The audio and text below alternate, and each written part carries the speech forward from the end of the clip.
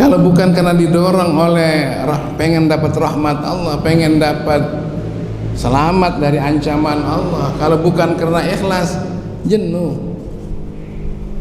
Subuh-subuh bangun, lagi sibuk berhenti salat zuhur, capek bekerja, azan lagi setiap hari itu. Makanya kalau kita tidak ada kesabaran, tidak ada roja, tidak ada keikhlasan, berat salat itu.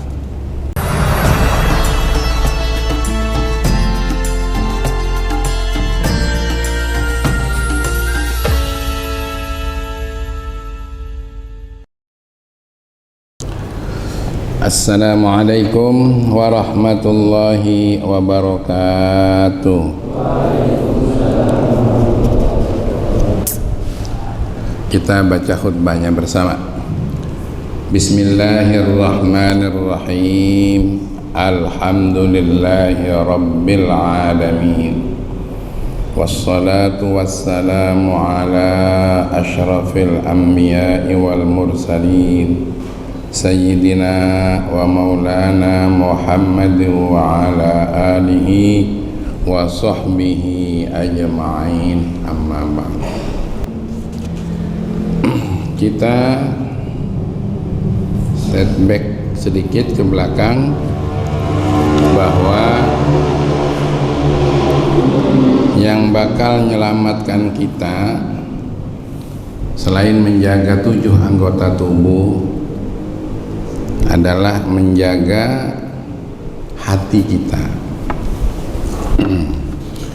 Terutama kita hendaknya merasakan bahwa kita ini banyak dosa, dan untuk menyelesaikan dosa itu taubat.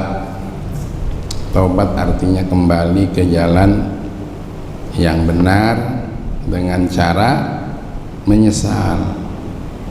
Dalam hati selama ini kita melakukan pelanggaran-pelanggaran, lalu kemudian menghentikan kegiatan itu dan berjanji atau berazam untuk tidak mengulangi lagi. Tapi taubat mestinya dibarengi dengan banyak istighfar. Istighfar yang dibarengkan dengan taubat disebutnya adalah kunuzul khairat. Gudangnya segala kebaikan itu ada di situ. Baik yang menyangkut masalah duniawi atau juga ukhrawi. Rumah tangga menjadi tentram, rizki menjadi berkah walaupun sedikit, banyakin istighfar. Anak-anak insya Allah semuanya menjadi penyejuk hati. Diperbanyak istighfar. Kemudian setelah tadi taubat dan istighfar, kita tumbuhkan rasa rindu pengen selalu dapat rahmat Allah. Dan kita yakin rahmat Allah itu besar, dan rahmat Allah lebih besar daripada dosa kita sendiri. Cuma jangan lalu memperalat, mentang-mentang Allah Maha Pengasih, lalu kita terlalu celuntang. Kata orang Jawa itu celuntang, orang Banten ya, bahasa kitanya terlalu merendahkan Allah, meremehkan Allah. Maha Pengampun, gak apa-apa gitu. Itu namanya celuntang, tak beradab. Mentang-mentang Allah Maha Pengasih, Maha Penyayang. Dan kemudian ada rasa takut kalau terkena ancamannya dan kena azabnya. Karena azab Allah itu dibagi dua. Yang pertama, persekot di dunia sebelum mati. Ma waqa'al bala illa bidzambin. Tidak akan jatuh bala menimpa seseorang itu dikarenakan dosa. Atau bala tidak pernah ada ya kecuali disebabkan dosa. Itu persekot, lunasnya di akhirat. Nauzubillah. Jadi di situ ada kita rasa takut.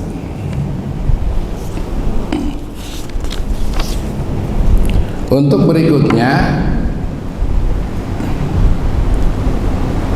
dalam rangka menyelamatkan diri kita harus sabar manakala menemukan satu bala, dan jangan pernah nyalahkan orang lain, apalagi nyalahkan Allah. Bala yang datang itu Allah tidak akan mendatangkannya kalau bukan kita sendiri yang memancing-mancing bala itu. Bala dari musuh sekalipun jangan salahkan musuh ya.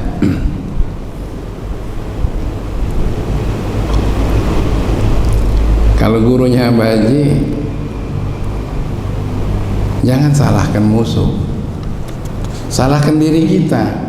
Gara-gara kita ini tidak dekat dengan Allah, tidak dapat rahmat Allah, berdosa, lalu didatangkan azabnya. Musuh membuat sesuatu yang tidak kita inginkan gitu.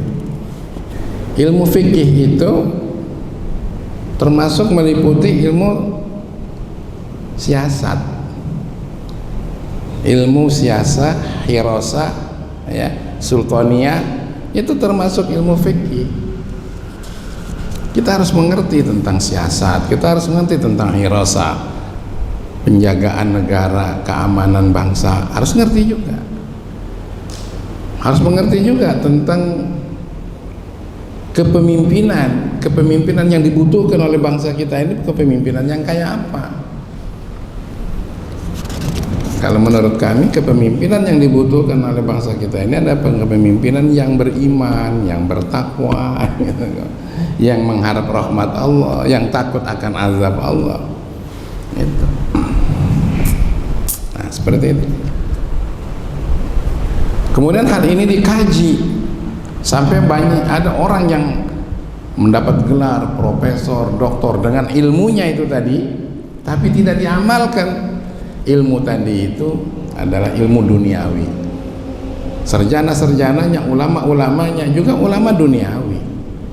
Kalau tidak diamalkan, mu'azzabun min qabli ubadil wathan, tetap orang-orang yang hebat-hebat itu nanti diancam oleh Allah akan disiksa lebih dulu daripada penyembah berhala. Ya. Nah, sekarang bagaimana kalau diamalkan? Diamalkan juga masih batas duniawi. Dia belajar ilmu sholat, lalu diamalkan sholatnya, bagus sholatnya, tertib sholatnya, tetap masih merupakan amalan duniawi. Manakala sholat itu tidak dilakukan karena dalam rangka mengharap rahmat Allah gitu. Kam min amalin yutasawwaru bi amalil akhirah fayasiru amalad dunya bisu'in niyah. Tidak jarang, tidak sedikit amalan akhirat dia lakukan, berjamaah setiap waktu, bermakmum, berimam, berwirid ya, tapi amalan itu tidak nyampe ke hati. Tidak ada niatan ingin dapat rahmat, tidak ada niatan karena takut akan azab Allah. Itu belum menjadi amalan akhirat. Kalau diteruskan lagi, kita sudah ngaji sholat itu, sudah ngaji tauhid itu, sudah ngaji fikih itu, lalu kemudian kita amalkan, lalu ada roja, ada khauf, Sudahkah itu menjadi amalan akhirat? Sudah, tapi belum sempurna. Belum sempurna itu negara, belum. Mana yang sempurnanya? Diteruskan menjadi keikhlasan. Kita tidak berharap apa-apa dengan Allah, tapi sami'na wa ata'na. Urusan Allah lah, nak masukkan kami ini ke neraka maupun ke surga. Pokoknya ikhlas saja. Kalau Allah berkehendak memasukkan kita ke neraka karena ibadah kita, itu urusan Allah, hak Allah. Jadi tinggi itu kajiannya. Masuk neraka juga nggak masalah kalau memang itu karena keridhaan Allah. Kayak Nabi Ibrahim nyembelih anaknya pun nggak masalah, asalkan karena ridho Allah. Nah, ini kajian kita malam ini seperti itu. Udah ke situ belum kira-kira? Sudah sampai ke sana belum, Bapak-bapak? Kayaknya yang datang ini udah nyampe galau ke sana tuh ya. Insya Allah ini ahli surga galau ini nih. Amin. Masya Allah.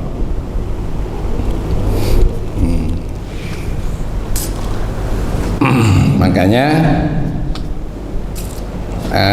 kita ini harus ngaji terus nih. Kemarin kita sudah ngaji bab sabar, karena sholat itu, ibadah itu rutin ini menjenuhkan. Kalau bukan karena keikhlasan, kalau bukan karena kesabaran, rasanya menjemukan, ya.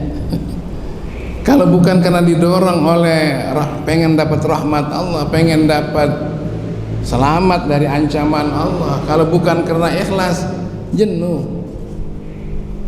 Subuh-subuh bangun, lagi sibuk berhenti, nah sholat zuhur, capek bekerja, azan lagi setiap hari itu.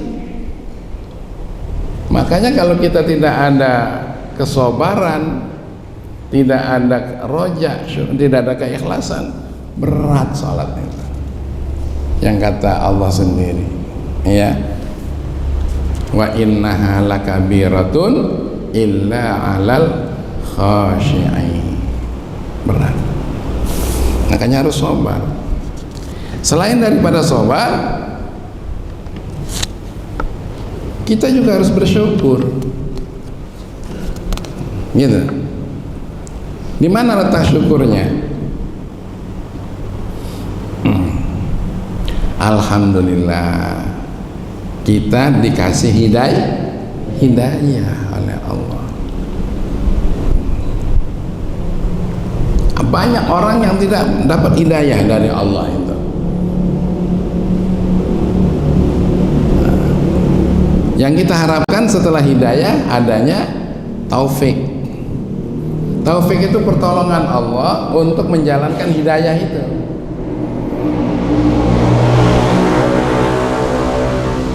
Menjalankan hidayah. Hidayah itu apa? Hidayah itu dari tidak beriman menjadi beriman. Untuk mencapai hidayah ini banyak caranya.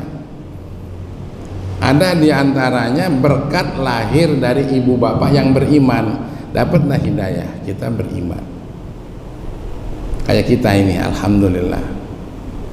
Ada yang lahir karena kajian, tuh orang-orang kafir yang menjadi mu'alaf itu karena kajian, ya, karena perbandingan agamanya, karena renungannya, pikirannya, akhirnya datang hidayah. Ada juga yang berkat ngaji seperti ini nih, males nian sholat itu, tapi karena ngaji terus akhirnya dapat mengerti, datanglah tuh hidayah.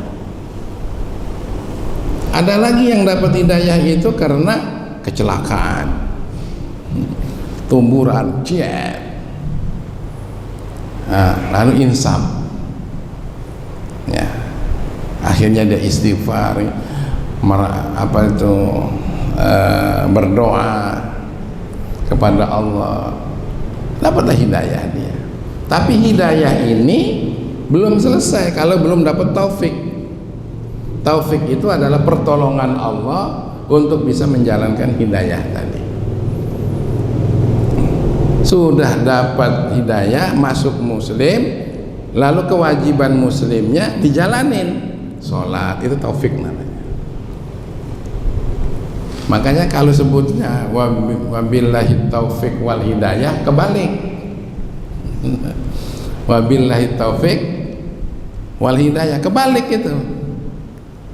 Yang benar wabillahil hidayah wat taufik itu wal inayah. Wakil Bupati Muratara. Gitu. Jadi makanya kita ini mau tutup kalamnya itu wabillahil hidayah wat taufik wal inayah. Hidayah dulu baru taufik.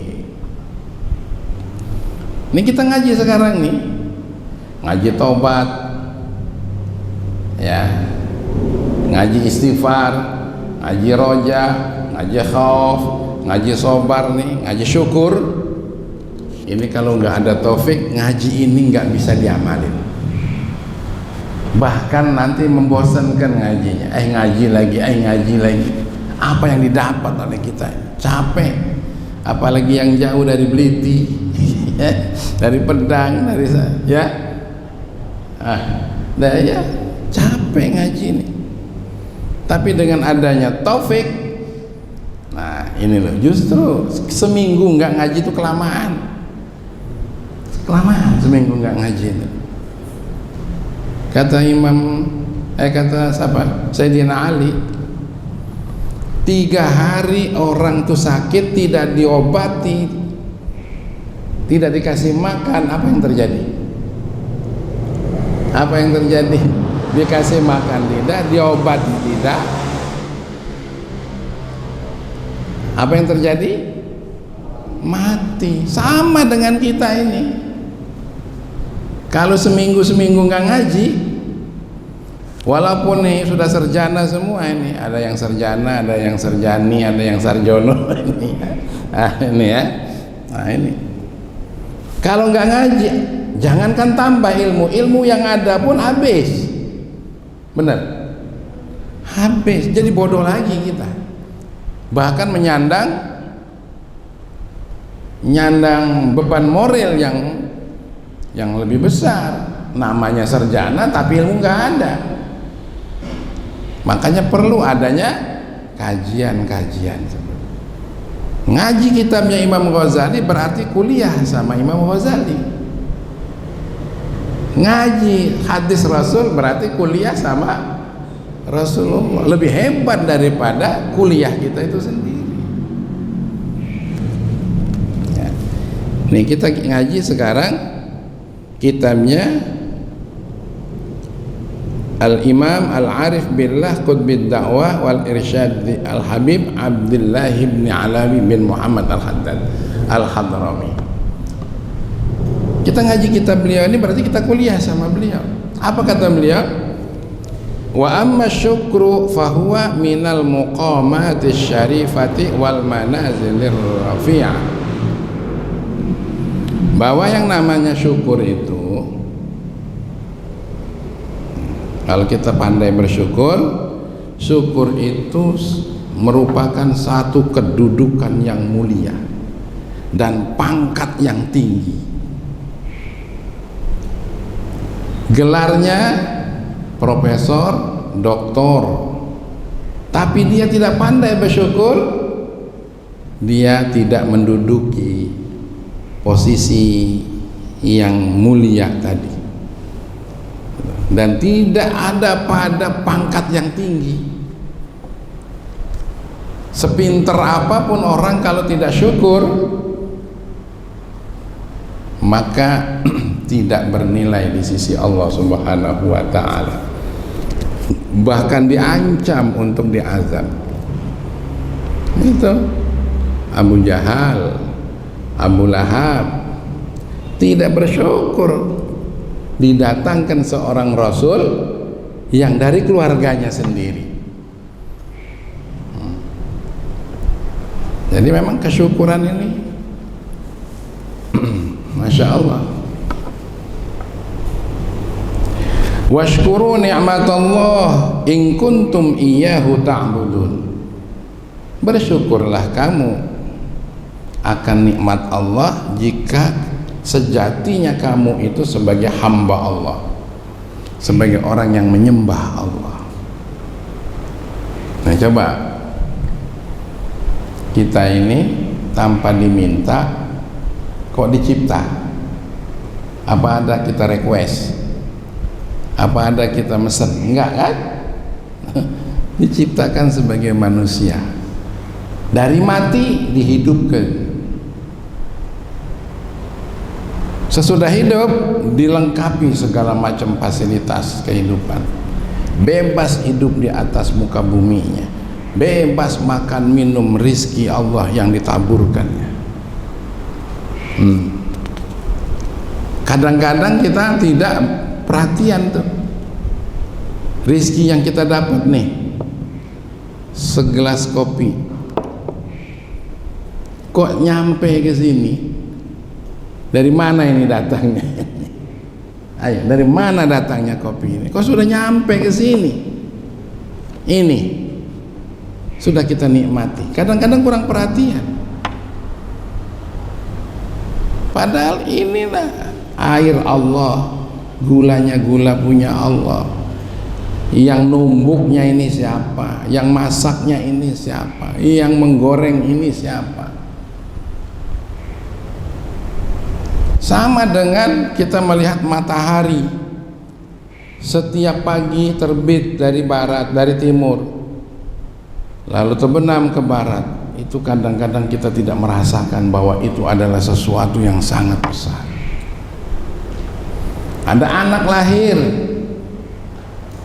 dianggap biasa karena udah sering. Ada bunga yang bermekar sampai berbuah dan buahnya dimakan oleh kita. Kadang-kadang kita tidak sampai menghubungkannya kepada Allah yang harus kita syukuri. Nah, jadi kesyukuran ini kalau kita memang orang yang menyembah Allah. Kulu min rizki rabbikum washkurulah, makanlah kamu dari rizki kalian itu, kemudian bersyukurlah kamu kepada Allah. Kalau sudah bersyukur begitu, wasanajziz syakirin, kata Allah, aku yang akan membalas orang-orang yang bersyukur. Masya Allah, yang kita syukuri itu datangnya dari Allah, kemudian kita bersyukur dan akan dibalas lagi. Nah, ini luar biasa lah ini. Nah, jadi kita ini memang kekurangannya tidak pandai bersyukur karena tidak merasakan nikmat yang ada itu datangnya dari mana. Bahkan kalau rasanya kurang, seleranya kurang masin, kurang pedes, nyalahin uang tuh lah. Ya tak? Ngaponya kurang garam ini. Ngato pula lolo yang masuk. Padahal barang ini datang dari itu. Coba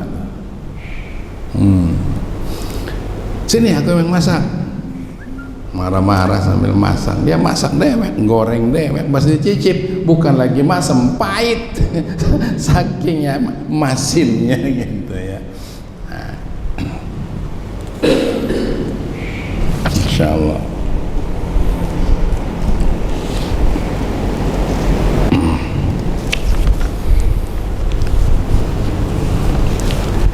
Rasulullah bersabda, man u'tiya fasyakara, kalau kamu dikasih syukurlah. Siapapun yang ngasihnya, apalagi Allah. Dikasih kesehatan, kita ini kalau nggak sehat nggak sampai hadir majlis ini, ya. Wa betuliya fasobaro, dan kalau kamu diberi bala, beri coba oleh karena kita salah tadi itu, sobarlah, jangan nyalahin orang.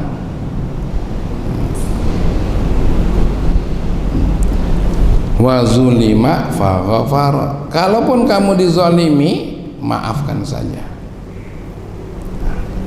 Tapi kezaliman di sini adalah kezaliman untuk diri kita. Tapi kalau agama kita yang dizalimi, jangan dimaafkan. Ya, kalau diri kita saja yang dizalimi, ya sudah, dimaafkan aja, dikato-kato, dicaci maki, gitu ya. Nah, kalaupun juga disakiti dan penyakitannya itu tidak menyebabkan eksistensi diri kita menjadi rusak, ya sudah, maafkan saja. Tapi kalau sampai menjadi rusak, kita wajib melawannya. Tapi kalau kaitannya dengan agama, kan ada, kita dengar dulu Sayyidina Ali dikato-katoin oleh orang Yahudi, muda, ganteng, dasar goblok kamu. Diam aja Sayyidina Ali. Ya.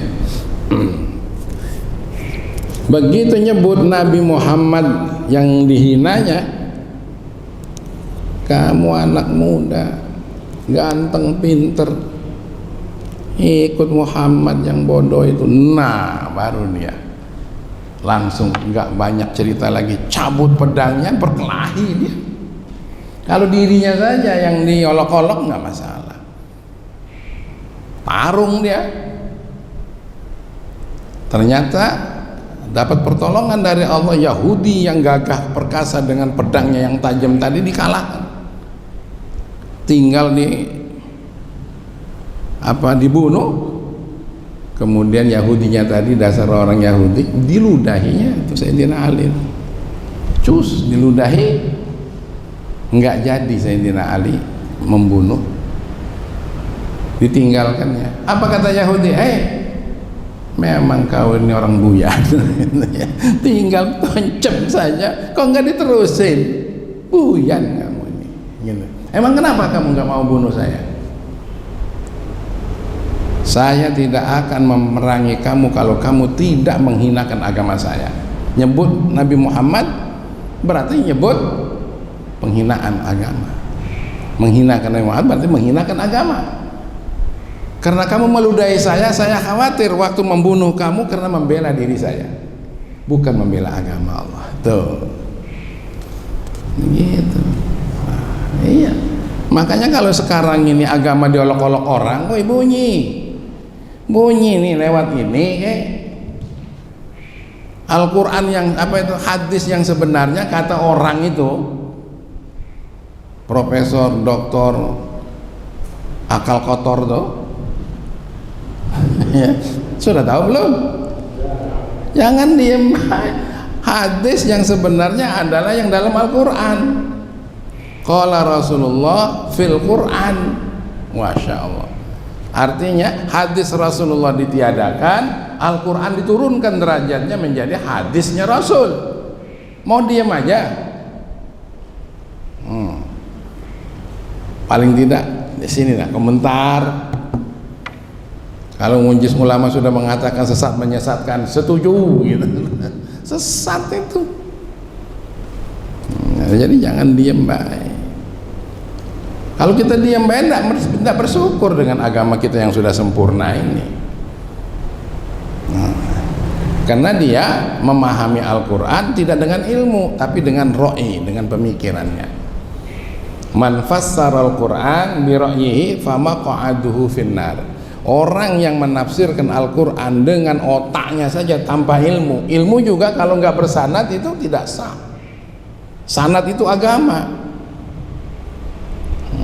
Ilmu kemudian cuma mentok pada abad ke-8 Hijriah misalnya, kesana nggak sambung, bukan ilmu yang hak. Seperti yang banyaknya orang mengatakan sedikit-sedikit bid'ah, itu sambungannya nggak ada, itu mentok pada abad ke-7. Makanya jangan ngikut itu. Nah, jadi ayo.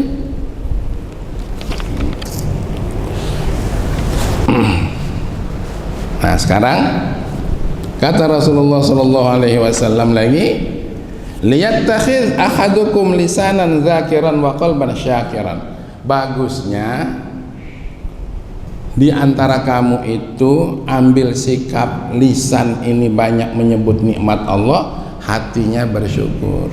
Alhamdulillah saya dikasih seperti ini.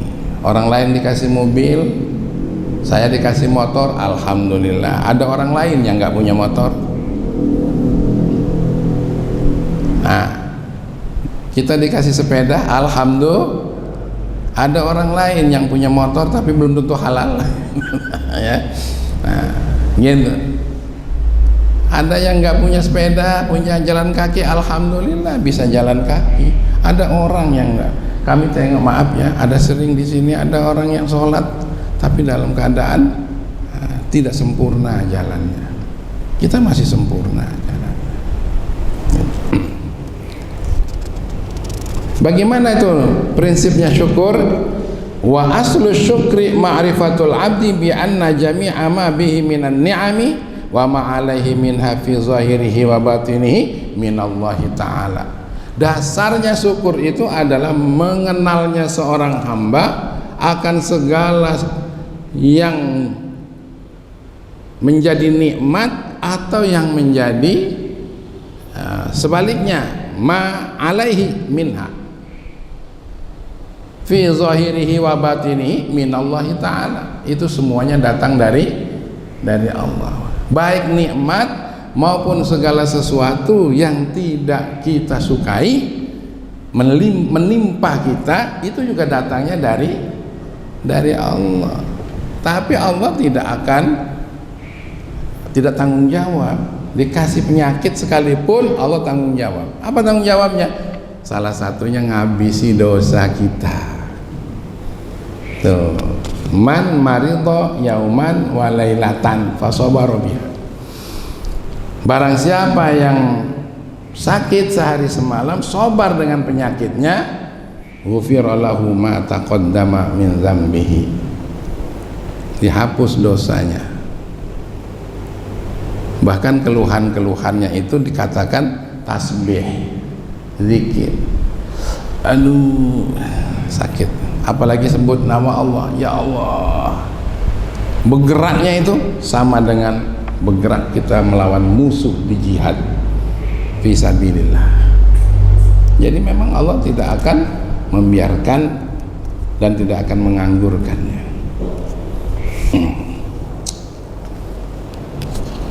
Jadi kemudian bagian daripada syukur, wa minasyukri al-farhu biwujudin ni'am min haitsu inna wasilatun ilal amal bi taatillahi wa nailil qurbi minhu. Kemudian yang namanya syukur tadi itu bentuknya senang dengan mendapatkan nikmat, tapi digunakan sebagai wasilah, sebagai perantara untuk melaksanakan taat kepada Allah. Kalau ada motor, ya dari dalam sana azan terdengaran, gunakan motor itu untuk ke masjid, gitu, untuk ngaji. Itu namanya syukur. Nah, gitu. Jadi jangan untuk kayak tadi lah, punya motor digunakan untuk apa? Untuk gak ganggu orang ngaji. Rugi dia, rugi. Kalau ada doa kita yang dikabul untuk dia, itu apa nggak rugi dia? Doa ini senjatanya orang beriman. Jadi itulah diantara kajian kita hari ini, bahwa syukur itu menggunakan nikmat Allah ke jalan yang diridhoinya. Ada lagi yang namanya syukur itu iksar, al-iksar min alhamdulillah wassana'i alaihi ta'ala bil lisan. Sampai kata Rasulullah, lau u'tiya rajulun min ummati dunya bi asriha summa qala alhamdulillah kana qauluhu alhamdulillah afdala min dzalika kullihi. Masyaallah. Barang siapa dikasih dunia ya, dengan segala isinya, dunia dengan segala apa ya isinya, lalu kemudian mengatakan alhamdulillah, itu syukur. Alhamdulillah, apa katanya? lafaz alhamdulillah itu afdhala min dzalika kullihi, lebih besar daripada dunia dengan segala isinya tadi. Nah, jadi bapak-bapak yang banyak zikir, yang banyak merasakan dikasih nikmat, alhamdulillah dapat sepeda, alhamdulillah dapat motor, alhamdulillahnya itu lebih gede daripada dunia dengan segala isinya. Sama dengan orang bisa baca Quran, lalu ada orang yang hidupnya mewah, mentereng urusan dunia, lalu kita bilang, wah alangkah hebatnya dia. Kata Rasulullah, tidak boleh kamu menganggap itu lebih hebat dibandingkan dengan Al-Quran yang ada pada kamu. Itu jauh lebih hebat daripada apa yang mentereng di atas mereka, kecuali merekanya juga bisa baca Quran. Begitulah kira-kira.